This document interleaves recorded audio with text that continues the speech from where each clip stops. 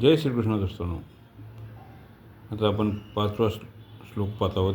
श्री भगवान उवाच बहुनी मे व्यतीतानि जन्मानि तव चार्जुन तान्यहं वेद सर्वाणि न त्वं वेत्थ परन्तप.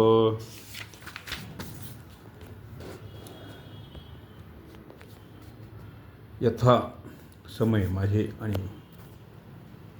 माझे पुष्कळ जन्म होऊन गेले आहेत, परंतु माझा जन्म वेगळ्या प्रकारचा आहे. आणि 13व्या अध्यायाच्या 21व्या तसेच 26व्या श्लोकात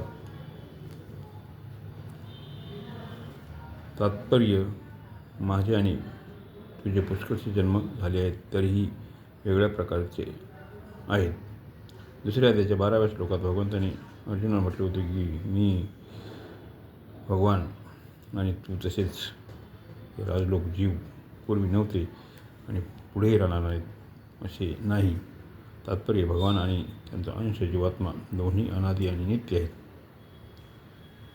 संसारात जसे जाती स्मर जीवसुद्धा असतात, ज्यांच्या आपल्या पूर्वजन्माचे ज्ञान असते, असे महापुरुष विद्वान योगी बनवले जातात. ते साधना करून सिद्ध झालेले असतात.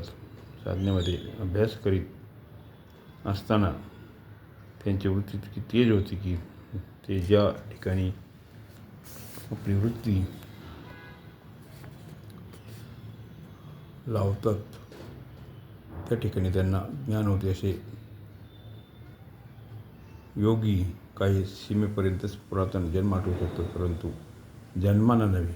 या उलट भगवान युक्त योगी म्हटले जातात, जे साधना केल्याशिवाय स्वतः सिद्ध नित्ययोगी आहेत. जन्मांना जाणण्यासाठी त्यांना वृत्ती लावावी लागत नाही. त्यांचे ठिकाणी आपोआप स्वतःच्या आणि इतर जीवांच्या पुनर्जन्माचे ज्ञान नित्य असते. त्यांच्या ज्ञानात भूत, भविष्य आणि वर्तमानाचा भेद नसतो, तर त्यांच्या अखंड ज्ञानामध्ये सर्व काही नित्य वर्तमानच असते. कारण भगवान संपूर्ण देश, काल, वस्तू, व्यक्ती, परिस्थिती इत्यादीमध्ये पूर्णपणे विद्यमान असून सुद्धा त्यापासून संपूर्णपणे अलिप्त असतात. न त्वं वेत्थ परन्तप. जन्मांना न जाणण्यात मूळ कारण आहे अंतःकरण नाशवान पदार्थांचे आकर्षण असणे. याच कारणामुळे मनुष्याचे ज्ञान विकसित होत नाही.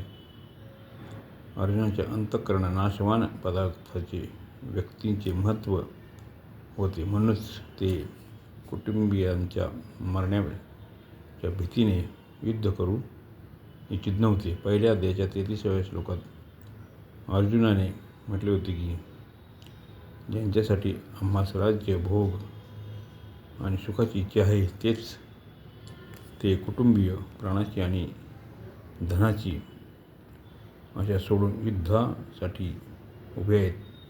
यावरून सिद्ध होत आहे की अर्जुन राज्य, भोग आणि सुख इच्छित होते, म्हणून नाशवान पदार्थाची कामना असल्याकारणाने ते आपल्या पूर्वजांना जाणत नव्हते. ममता आणि आसक्तीने स्वतःच्या उपभोग आणि आरामासाठी धनादी पदार्थांचा संग्रह करणे यास परिग्रह म्हणतात.